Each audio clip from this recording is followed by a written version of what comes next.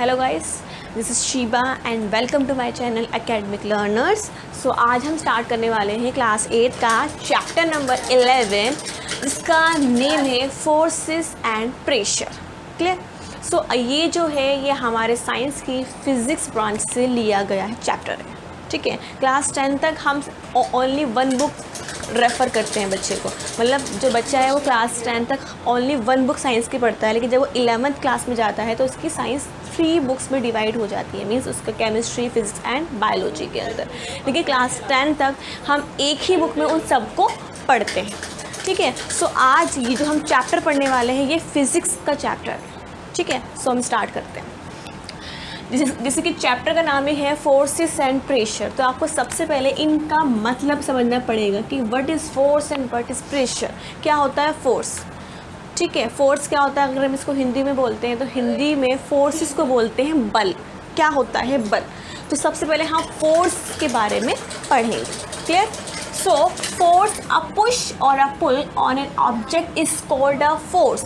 अगर कुछ भी पुश किया जाता है या कुछ भी पुल किया जाता है, पुश मीन्स धकेलना, पुल मीन्स खींचना, तो अगर किसी भी ऑब्जेक्ट पर पुश किया जाए, किसी भी ऑब्जेक्ट पर पुल किया जाए, तो हम जिस कारण से वो कर रहे हैं उसी को हम क्या बोलते हैं? फोर्स बोलते हैं। मान लो हमारे पास एक यहाँ बहुत बड़ा बॉक्स रखा हुआ है, अगर हम उसको आगे धकेल रहे हैं, हम उसको क्या कर रहे हैं? पुश कर रहे हैं, तो वो हम क्या कर रहे हैं? फोर्स यूज़ कर रहे हैं। या मान लो हम किसी से कुछ सामान छीन रहे हैं, ठीक है, मान लो हमारे पास मान लो 2 टीम्स खेल रही हैं, जिसे वो रस्सी वाला गेम खेलते हैं ना, कि दोनों ही फोर्सेस यूज़ कर रही है, एक पुश करती है एक पुल करती है, मतलब दोनों ही पुल खींच रही होती हैं। ठीक है, तो जब पुल किया जाता है, जब पुश किया जाता है, तो उसमें फोर्स का यूज़ किया जाता है। तो जब भी फोर्स होता है तो उसमें क्या क्या चीज़ें बदल जाती हैं? क्या क्या चीज़ें बदलती हैं? Force can make an object to move. Force जो है वो किसी भी ऑब्जेक्ट को मूव करा सकता है। जैसे कि हम बॉक्स को धकेल सकते हैं तो वो मूव करेगा। ठीक है, हम कार को स्टार्ट कर रहे हैं, हम फोर्स लगा रहे हैं, उसके अंदर कार स्टार्ट हो रही है। हम एक बॉल पहले रेस्ट फॉर्म में हमने उसको पुश करा तो वो क्या हुई? वो मूव हो गई। ठीक है, सो हम force can make an object to move. Force से हम किसी भी ऑब्जेक्ट को मूव करा सकते हैं। क्लियर?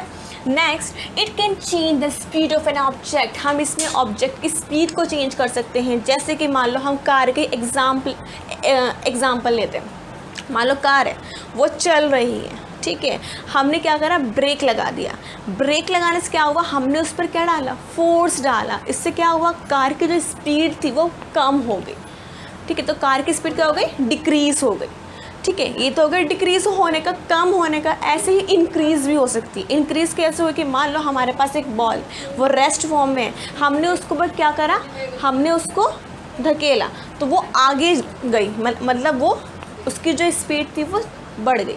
तो जो हमारा फोर्स होता है वो किसी भी ऑब्जेक्ट की स्पीड को भी कन्वर्ट कर सकता है, चेंज कर सकता है, इंक्रीज़ भी कर सकता है और डिक्रीज़ भी कर सकता है, बढ़ा भी सकता है और घटा भी सकता है।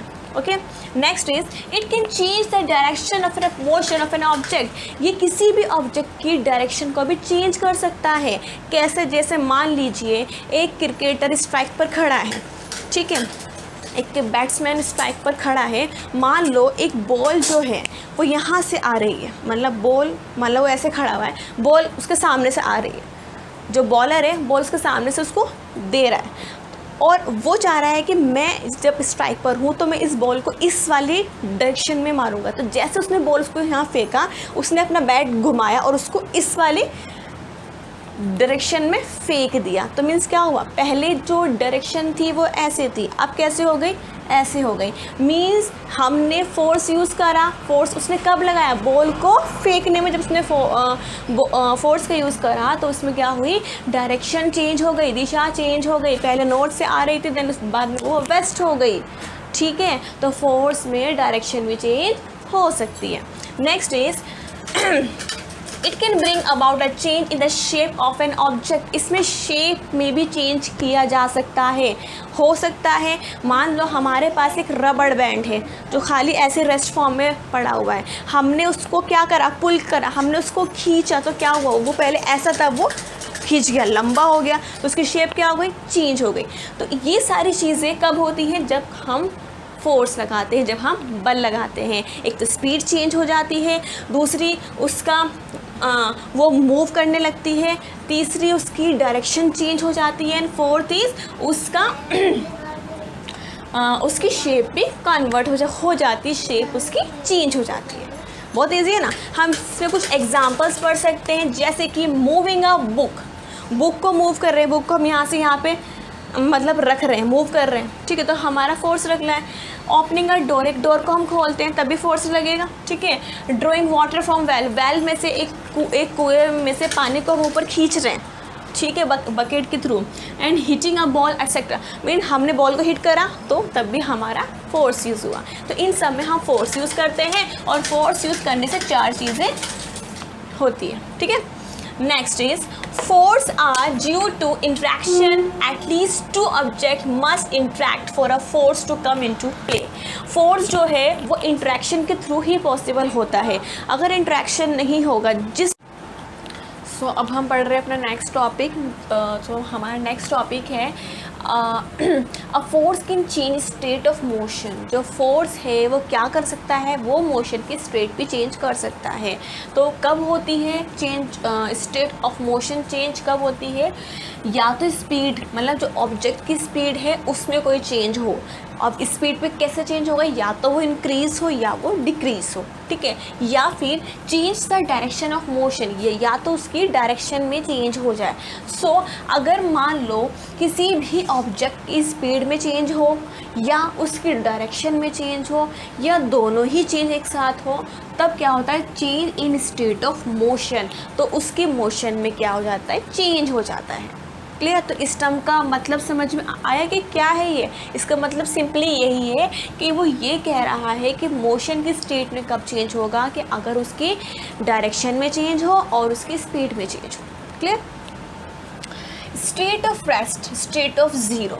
अगर एक चीज़ रेस्ट में है, मतलब वो बिल्कुल विराम अवस्था में रखी हुई है, बिल्कुल ही सिंपली, मतलब वो उस पर कोई मोशन नहीं है, कोई गति उसमें नहीं हो रही है, तो वहाँ पर फोर्स क्या होगा, आपको ज़ीरो होगा, और मोशन भी वहाँ पे ज़ीरो है। तो स्टेट ऑफ ज़ीरो को हम क्या बोलते हैं, state of rest. State of rest को भी स्टेट ऑफ ज़ीरो भी बोल सकते हैं, बिकॉज उसमें ना तो कोई फोर्स यूज़ हो रहा है, ना ही वो मोशन में हो रही है। Clear. Next, force can change shape of an object. Force जो है वो किसी भी ऑब्जेक्ट का शेप चेंज कर सकता है, जैसे कि हमने फर्स्ट में पढ़ा था अभी। ठीक है। एग्जाम्पल आपको पता ही है, डो, जैसे हम आटा गूंदते हैं या हम क्ले का डो जब बनाते हैं, ठीक है, तो उसकी शेप में चेंज हो जाता है अगर उस पर हम फोर्स लगाते हैं। तो फिर है स्प्रिंग्स जो होती हैं, ठीक है, फिर रबर बैंड, ठीक है, इन सब में अगर हम फोर्स का यूज़ करते हैं तो उनकी शेप में चेंज हो जाता है। ठीक है। Many time force can't change state of motion. कभी कभी हम किसी ऑब्जेक्ट पे अगर फोर्स भी लगाते जाएं तब भी उसके मोशन में चेंज नहीं होता। जैसे कि मान लो ये हमारे पास बोर्ड है, मैं इसको यहाँ पे क्या कर रही हूँ, मैं इसको पुश कर रही हूँ, बट ये एज इट इज़ है, इसमें कोई चेंज नहीं हो रहा। तो समटाइम ऐसा हो सकता है कि जिस ऑब्जेक्ट पे हम मोशन लगा रहे हैं वो हमसे ज़्यादा क्या हो, स्ट्रॉन्ग हो। सो वो हमसे नहीं मीन्स हमसे वो हिल नहीं पाएगा, हमारा फोर्स उस पर नहीं लग पाएगा। तो कभी कभी फोर्स जो है वो स्टेट ऑफ मोशन को चेंज नहीं कर सकता। ठीक है। अब हम पढ़ते हैं 2 टाइप्स के फोर्स है, वेरी इंपॉर्टेंट है ये आपके सिलेबस के अकॉर्डिंग। ठीक है। फोर्स है कॉन्टैक्ट फोर्स और नॉन कॉन्टैक्ट फोर्स। ठीक है। 2 टाइप्स में हमने फोर्स को बाइफरकेट कर लिया है, डिवाइड कर लिया है। एक तो हमने किया है कॉन्टैक्ट फोर्स, एक क्या है non contact force. Contact force क्या होता है, it can be applied only when it is the contact an object. अगर किसी ऑब्जेक्ट के कॉन्टैक्ट में कोई फोर्स लगता है, मतलब फोर्स तब लगता है जब वो कोई ऑब्जेक्ट उसके कांटेक्ट में आता है। वो जो फोर्स है वो क्या होता है, कांटेक्ट फोर्स। तो मान लो मैं इस बोर्ड पर फोर्स लगा रही हूँ, तो मैं इसको कांटेक्ट में आऊँगी, मैं इसको ऐसे करके टच करूँगी ना, मैं इसके कांटेक्ट में आऊँगी ना, तो ये जो फोर्स है वो क्या होगा, कांटेक्ट फोर्स होगा। क्लियर। दूसरा है non contact force. Non contact force में क्या होता है, it can be applied without contact with other object. इसमें कोई भी कॉन्टैक्ट नहीं होता, मीन्स हम ऊपर से इसको फोर्स दे और ये हिल जाए, पॉसिबल ही नहीं है। ठीक है। लेकिन किसी किसी चीज़ में होता है, जैसे किस में होता है, मैग्नेटिक फोर्स में। आपने देखा होगा दो ऐसे मैग्नेट होते हैं, ठीक है। मान लो एक है ये मैग्नेट जिसका ये साउथ पोल है, नॉर्थ पोल है, एक दूसरा मैग्नेट है जिसका नॉर्थ पोल ये, साउथ पोल ये है। तो अगर हम नॉर्थ पोल को साउथ पोल को नॉर्थ पोल के पास लाएंगे और नॉर्थ पोल को साउथ पोल के पास लाएंगे तो क्या होता है उसमें, मीन्स क्या होता है, उसकी जो स्पीड है वो चेंज हो जाती है, उसका जो मोशन है वो चेंज हो जाता है बिना टच किए, तो वो नॉन कॉन्टैक्ट मोशन होता है, ठीक है। सो कॉन्टैक्ट मोशन में टू मोशंस हम पढ़ेंगे, पहला टू फोर्सेस हम पढ़ेंगे कॉन्टैक्ट फोर्स के अंदर। पहला है मस्कुलर फोर्स, दूसरा है फ्रिक्शन, ठीक है। सो सबसे पहले हम पढ़ते हैं मस्कुलर फोर्स। अब मस्कुलर फोर्स क्या होता है, इसको पेशीय बल बोलते हैं हिंदी के अंदर, ठीक है। The force resulting due to the action of muscles, जब हमारे मसल्स के एक्शन के थ्रू हम जब फोर्स लगाते हैं जिसमें हमारे मसल्स यूज़ हो रहे होते हैं तो उसको हम क्या बोलते हैं, मस्कुलर फोर्स। जैसे कि मान लो हमारे पास एक बॉक्स है, हम उसको पुश कर रहे हैं, हम उसको धक्का दे रहे हैं, तो हमारे मसल्स का यूज़ हो रहा है उसके अंदर। सो ये जो फोर्स है वो कौन सा है, मस्कुलर फोर्स है, ठीक है। नेक्स्ट है फ्रिक्शन। फ्रिक्शन को हिंदी में बोलते हैं घर्षण बल। अब ये क्या होता है, the force that resist motion when the surface of an object comes to contact with surface of another direction is opposite to the direction of motion. इसका मतलब है कि ऐसा force, the force that resist motion when the surface of an object, means ये ऐसा force होता है जो कि एक जो ऑब्जेक्ट है अगर वो मूव कर रही है तो वो उसको अपोजिट डायरेक्शन में धकेलता है। मान लो एक कार है, वो चल रही है पूरी स्पीड में, वो कार जा रही है।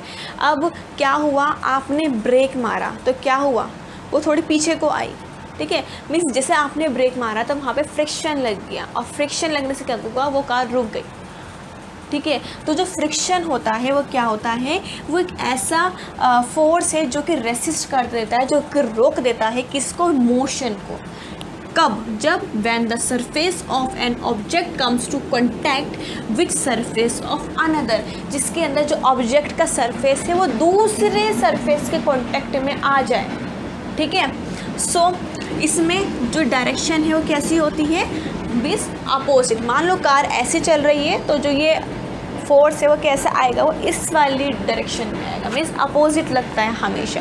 सो फ्रिक्शन बहुत ही इंपॉर्टेंट टॉपिक है। आपका ऐसा चैप्टर है जो चैप्टर नंबर 12 है वो फ्रिक्शन का ही चैप्टर है, इससे बहुत इंपॉर्टेंट है। फ्रिक्शन हमारी डेली लाइफ में बहुत यूज़ होता है, ठीक है। ये मतलब यूज़फुल भी है और कुछ इसके नुकसान भी है, ठीक है। सो ये बहुत इंपॉर्टेंट है। तो फ्रिक्शन समझ में आया। सो ये दोनों जो हमारे फोर्सेस हैं वो किसके हैं, कॉन्टैक्ट फोर्स के एग्जाम्पल है। जो हमारे नॉन कॉन्टैक्ट फोर्सेस में हमने पहला पढ़ा मैग्नेटिक फोर्स, जो कि मैग्नेट के अंदर लगता है। दूसरा है हमारा इलेक्ट्रोस्टैटिक फोर्स। ये क्या होता है, the force exerted by a charged body on another charge body और अनचार्ज्ड बॉडी, जिसके अंदर एक चार्ज बॉडी से दूसरी बॉडी। सो इलेक्ट्रोस्टैटिक फोर्स में आपने अभी पढ़ा है, ठीक है। The force exerted by a charge body on another charge body और अनचार्ज बॉडी, मीन्स इसके अंदर क्या होता है कि जो फोर्स है वो एक्सर्टेड करता है किसके थ्रू, एक चार्ज बॉडी से किस पे लगता है, या तो चार्ज बॉडी पे लगेगा या अनचार्ज बॉडी पे लगेगा। जैसे कि हम एक इसमें एक्सपेरिमेंट कर सकते हैं। हम एक छोटा सा स्केल लेंगे, प्लास्टिक का स्केल ले लो, ठीक है। आप उसको थोड़ा सा अपने हेयर्स में रब करना, ठीक है। हेयर्स में रब करने के बाद आप उस वाले स्केल को छोटे छोटे कागज़ के पीसेस के पास लाना, मीन्स पेपर के पीसेस के पास लाना, और बिना टच करे उसको ऐसे करना। तो जो कागज़ के पेपर है वो बिना टच किए उस पर चिपकने लगेंगे, मतलब उड़ के उस पर चिपकने लगेंगे। मीन्स क्या हुआ कि इसमें फोर्स लगा, कौन सा वाला लगा, इलेक्ट्रोस्टैटिक फोर्स लगा। कैसे लगा कि जैसे हमने उस स्केल को अपने हेयर्स में रब किया तो वो चार्ज्ड हो गया, ठीक है। उस चार्ज ऑब्जेक्ट ने अनचार्ज्ड पर क्या करा, एक फोर्स डाला, ठीक है। इसलिए वो पेपर चिपक गए, पेपर अनचार्ज थे, ठीक है। तो ये जो फोर्स है वो कौन सा, इलेक्ट्रोस्टैटिक फोर्स। सो ये दोनों फोर्स बहुत ही इंपॉर्टेंट है, ठीक है। सो ये कॉन्टैक्ट फोर्स हो गई, ये नॉन कॉन्टैक्ट फोर्स हो गया। अब हम अपना नेक्स्ट टॉपिक पढ़ते हैं।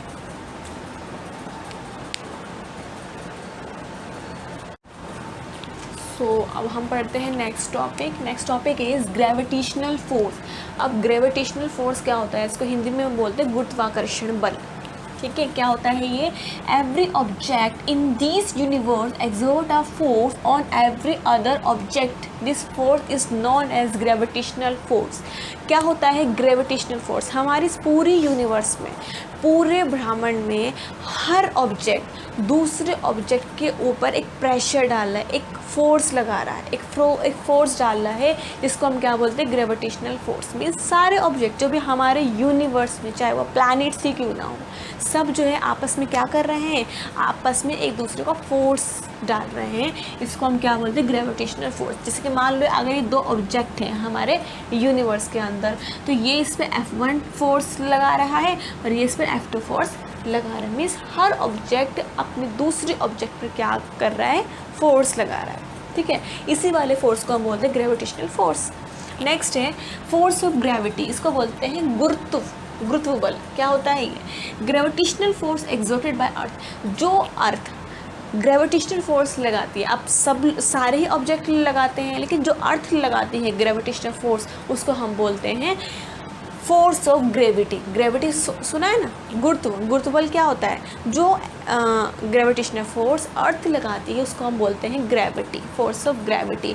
जैसे कि हम कोई भी चीज़ ऊपर उछाले, मान लो हमारे हाथ में एक बॉल है, हम जैसे बॉल को ऊपर उछालते हैं तो बॉल जो है वो नीचे आकर गिरती है, वो कभी ऊपर तो नहीं रहती ना, वो नीचे आकर गिरती है। मीन्स जो अर्थ है वो उसको अट्रैक्ट कर रही है और अर्थ जो है वो उस पर ग्रेविटी लगा रही है, इसी के कारण वो बॉल जो है वो नीचे आकर गिरती है। ठीक है, सो ये हमारा वो फोर्स ऑफ ग्रेविटी। आगे है प्रेशर। अभी जैसे चैप्टर का नाम था फोर्स एंड प्रेशर, फोर्सेस के बारे में हमने पढ़ लिया। अब छोटा सा टॉपिक है प्रेशर, इसके बारे में पढ़ते हैं। इसको हिंदी में बोलते हैं दाब। क्या होता है pressure? The force acting on a unit area of a surface. जब हम किसी भी ऑब्जेक्ट में फोर्स लगाते हैं तो जिस सरफेस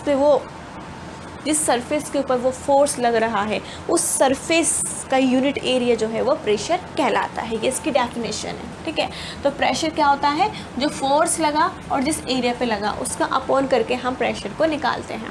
ठीक है, सो अगर स्मॉलर एरिया होगा, मीन्स जिस पर आप फोर्स डाल रहे हैं, अगर वो स्मॉलर है, वो छोटा है, सो प्रेशर कैसा होगा? लार्ज, प्रेशर बहुत उस पर पड़ेगा। और अगर लार्जर एरिया होगा तो प्रेशर कैसा होगा? स्मॉल होगा। अब इसको थोड़ा सा हम समझते हैं। जैसे कि आपने अपने घर में देखा होगा, जो कील होती है, जो नेल होती है, हम उसका जो सिरा होता है वो ऐसे होती है, इस टाइप की मान लो कील है हमारे पास, तो हम हमेशा उसका ये वाला जो सिरा है, ये वाला जो पॉइंट है, हम उसको दीवार में रखते हैं और इसको ऊपर रखते हैं। फिर हम ऊपर से उस पर प्रेशर डालते हैं। जब प्रेशर डालते हैं तो ईजिली जो है वो अंदर चली जाती है, हमें कम मशक्क़त करनी पड़ती है और ये अंदर चली भी जाती है, अंदर ये दीवार के अंदर घुस भी जाती है। तो मीन्स क्या हुआ यहाँ पर क्या था हमारा सरफेस एरिया, ये सरफेस एरिया तो ये है ना, जहाँ पर हम प्रेशर लगा रहे हैं, प्रेशर तो हमने यहाँ पर लगाया है ना, तो ये जो सरफेस एरिया क्या था? ज़्यादा था, तो हमारा प्रेशर क्या लगा? कम लगा और वो ईजिली नीचे घुस गई। लेकिन मान लो अगर हम इस वाले पॉइंट्स को ऊपर रखेंगे और इसको नीचे रखेंगे और फिर हम अगर तब उसमें मतलब प्रेशर लगाएंगे तो क्या होगा कि वहाँ पर क्या होगा? सरफेस एरिया कम हो जाएगा तो प्रेशर बढ़ जाएगा और यहाँ पे सरफेस एरिया बढ़ जाएगा तो प्रेशर कम हो जाएगा। मीन्स इसमें दोनों में अपोजिट रिलेशन है, किसमें? प्रेशर में और सरफेस एरिया के अंदर। अगर सरफेस एरिया ज़्यादा है तो प्रेशर कम लगेगा और अगर सरफेस एरिया कम है तो प्रेशर ज़्यादा लगेगा। ठीक है, नेक्स्ट है pressure also exerted by liquid and gases also. जो प्रेशर है, अभी तक हमने सॉलिड्स के बारे में पढ़ा कि सॉलिड्स जो है वो प्रेशर लगाते हैं, लेकिन हमारे जो लिक्विड्स है और जो गैसेस है वो भी प्रेशर लगाते हैं। ठीक है, सो अब हम पढ़ते हैं एटमॉस्फेयर। एटमॉस्फेयर क्या है? The envelope of air all around is known as atmosphere. हमारे चारों ओर जो एयर है, हमारे चारों ओर एयर जो है वो एक एनवलप के फॉर्म में हमारे पूरी अर्थ के चारों ओर घूम रही है, उसको हम क्या बोलते हैं? एटमॉस्फेयर बोलते हैं। ठीक है, अब हम पढ़ेंगे एटमॉस्फेरिक प्रेशर क्या होता है। एटमॉस्फेरिक प्रेशर का मतलब क्या है? The pressure exerted by air is in atmosphere is known as atmospheric pressure. जो एयर है हमारे एटमॉस्फेयर में, जो एयर प्रेशर लगा रही है उसको हम क्या बोलते हैं? Atmospheric pressure. बहुत ईजी, सही था। ठीक है, the pressure inside our body, जो हमारी बॉडी के अंदर प्रेशर लगा है is equal to the atmosphere of pressure. ये एटमॉस्फेयर ऑफ प्रेशर के बिल्कुल इक्वल होता है, इसलिए हम इसको सहन कर पाते हैं। नहीं तो अगर वो प्रेशर हमारे ऊपर पड़ेगा तो हम तो बिल्कुल ही ख़त्म ही हो जाएंगे। ठीक है, तो हमारी बॉडी के अंदर भी क्या है, प्रेशर है, और वो जो प्रेशर है वो एटमॉस्फेरिक प्रेशर के इक्वल है, इसलिए हम उसको सहन कर पाते हैं। ठीक है, सो इसी के साथ हमारा चैप्टर जो है वो chapter number 11 forces and pressure वो कंप्लीट होता है। आई होप ये आपको अच्छे से समझ में आया होगा। जो चैप्टर है वो देखने में लगता है कि बहुत कॉम्प्लिकेटेड सा है, बुक्स में अलग अलग टाइप से समझाया हुआ है, लेकिन अगर आप मेरे नोट्स से अच्छे से पढ़ेंगे तो आपको अच्छे से समझ में आ जाएगा। अब इस जो नोट्स में आपको बनवाती हूँ चैप्टर वाइज, आप उसको अच्छे से बनाइए अपनी कॉपी के अंदर और इसको मतलब अच्छे से समझिए। पहले आप नोट्स पहले तो आप NCERT की बुक्स पढ़िए, उसके बाद ये नोट्स को थोरली पढ़िए, उसके बाद मेरी वीडियोस देखिए, आपको अच्छे से चैप्टर समझ में आ जाएगा। ठीक है, आज के लिए बस इतना ही। मिलते हैं अपने नेक्स्ट वीडियो में नेक्स्ट चैप्टर के साथ। तब तक के लिए bye bye, good bye. And जाने से पहले एक काम ज़रूर करना है, जिसने भी मेरे चैनल अब तक सब्सक्राइब नहीं करा है, please subscribe my channel and like my video, and मेरी वीडियोस को ज़्यादा से ज़्यादा शेयर कीजिए ताकि सभी बच्चों को इस वीडियो का फ़ायदा हो पाए। Bye bye. अच्छा वो लास्ट